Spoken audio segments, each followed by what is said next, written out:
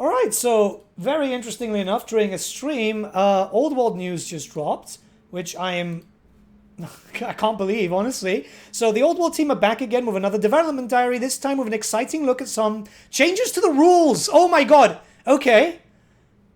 All right, when we embarked upon the daunting task of designing Warhammer The Old World, we wanted to create a modern game in the mold of Warhammer Fantasy Battle, a reimagining of a classic tabletop war game that would appeal to both veterans of the Old World and newcomers to this most venerable fantasy or fantasy realms alike.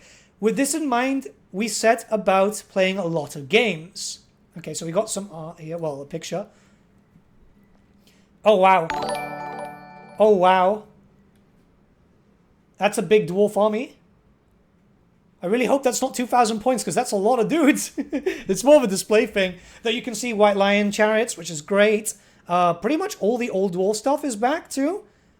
Oh god, yeah, look, there's a grudge thrower, there's the flame cannon, the bolt thrower. Yeah, okay, so it's like the perfect range. It's literally everything. That's the old slayers, oh my god. Yeah. Wow. Oh, this is great. Okay, let's continue. For several months, the designers regularly assembled to play games of every edition of Warhammer Fantasy Battle, reminding ourselves of rules that in some cases we hadn't played for decades. We wanted to identify which parts of a classic game we enjoyed the most and which parts we felt could be improved upon. Here's some tweaks that we've made to the rules. Okay. Join the battle lines. Warhammer The Old World is a game of mass combat. Large armies form into regimented units that advance with grim intent towards the foe. The rules encourage players to field units of varying sizes based on their type and role. Perhaps most importantly, the formations units adopt, how wide or deep they are, just as significant as where they were deployed and how they advance. Okay, so far so good. Let's just have a quick look at this. I can see an Orc War Boss. Yeah, it's pretty much the whole range. It's all the classic stuff. God, I can't wait for them to release the Boar Riders. I'm so happy about this because like those are models that I don't have a lot. Oh, dude, in the far back you can see the battle standard bearer for the High Elves. I'm nervous because I wasn't expecting news today. You can see weird ranking systems though. I'm so happy. Okay, let's carry on. Sorry about this. I'm really excited. I'm really, really excited. The rules encourage units with wide frontages, but the ideal number of models per rank is decided by the player. Okay. Not enforced by the rules. To do this, we've ensured that as many models as possible can fight in What? Okay. To do this, we've ensured that as many models as possible can fight in combat, giving even those models that are within the fighting rank, but not in base combat with the enemy, the opportunity to bring their weapons to bear. Oh, are they going to pile in? Sounds like they're going to pile in. This was actually something from 5th edition. Combined with the freedom to create and arm characters as you choose with a wide range of options, players have a lot of strategic choices to make when building their units and writing their muster lists. Choices that will in turn inform their tactics on the battlefield. Okay, right, I'm stuttering a lot because I'm nervous. But okay, so we know that characters are going to be able to just be like... This is a big thing in Warhammer Fantasy 8th edition. If you're seeing on the stream, you can see me like move around a lot, and that's why, because we're recording this as we're streaming live, by the way, twitch.tv/The Great Book of Grudges. But yeah, so we're going to be able to just create characters again, which is really, really important, obviously. The one thing that Warhammer Fantasy did better than, say, 40k or even Age of Sigmar is that the options were freaking ginormous. And I mean, there were a lot of options for you to be able to build up characters, design characters, and so on. So this is freaking phenomenal. I really hope more options come to it, because it's something that there were just certain like mount options that weren't available. So I feel like that would be really, really cool. So breaking the enemy. One thing we were keen for Warhammer The Old World to represent was the push and pull of battle, capturing the way in which a hard-pressed army will gradually succumb to fatigue and attrition. To achieve this, units that lose a round of combat will often give ground reluctantly. Oh, this is new. Rather than immediately break and fleeing, while the winner can advance and press an advantage. Interesting. Very interesting.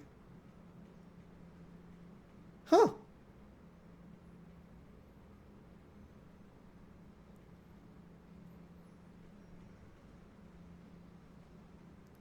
Well, right, okay, that's actually pretty interesting. I like the idea. Oh, excuse me? We got the base size for the mortar. We got the base size for the freaking mortar. That's a new base size.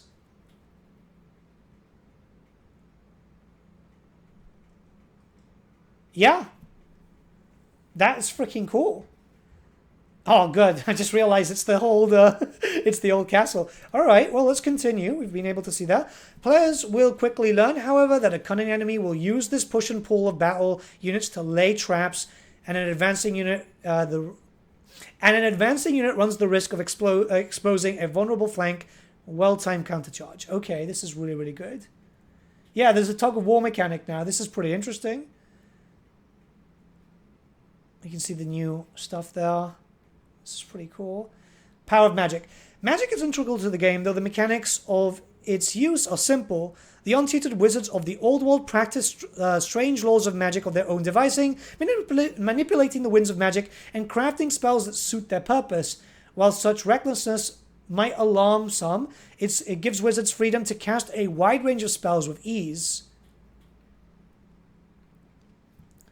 To reflect this, spellcasting has been liberated and spread throughout the different phases of the game. Oof, okay. Rather than restricted to just one. In doing so, we've ensured that every spell available to a wizard can have a significant impact upon the battle if cast in the right place at the right time. Very interesting. Situations where a single spell can decide the outcome of a battle are rare. The focus has shifted from keeping track of dice pools or hands of cards onto the positioning of wizards. Okay, so I'm assuming it's following more Age of Sigmar casting? Maybe? Huh. This means players will have to plan ahead. I mean, you do that all the time. Moving their wizards as carefully as any other unit, both to ensure they can bring their magic to the right place at the right time, and to ensure that they can counter spells of enemy wizards. Okay, so countering is going to be a big thing here. Countering was also a thing in Warhammer Fantasy, but it was a bit different. You kind of had to choose if you wanted to counter, or like, this isn't like dispelling. Dispelling was always a thing, but like, you could cast a spell that always stayed on the battlefield and the other player could counter it, but then they'd be using their own winds of magic. Okay, final thoughts. These exciting game mechanics and many more besides, combined with classic elements of a beloved game, give players both old and new plenty to consider when planning their armies and mastering their tactics. It's an exciting time, and we're really looking forward to seeing the serried ranks of fantasy armies marching across gaming tables once more. Okay. All right. This is pretty interesting. I'm pretty happy with what's shown. Obviously, until we see the battle mechanics and the magic mechanics and so on in person, like an actual showcase, I don't know what to say. What we can say is we know a bunch of units are coming back. Hell, the old Slayers are back. Pretty much all the artillery is back. Like, the dwarves are getting their old roster. We can see Quarrelers, we can see everything. I'm really happy about that. Orcs and Goblins, same thing. Like, we can see old school. What I really hate about Games Workshop, and this is something that is very obvious, is the fact that they... Oh my god, Snotlings! You can see them in the corner. But, like, they always upload potato camera images. It is horrible. This is so cool, though. Looks like I'm not the only person that wanted a Neverland army. No, that actually might be another color. Yellow and blue, maybe? I can't see. Such bad quality. But yeah, we've learned quite a few new things here. I don't know. I'm pretty excited. I'm pretty excited, I must say. It's more the case of I can't wait to see more. Yeah. I feel... Yeah, I mean, this is about time that we're starting to get gameplay news. But yeah, what do you guys think? Let me know your thoughts. Because at the end of the day, this is big discussion. This is finally, like, serious news.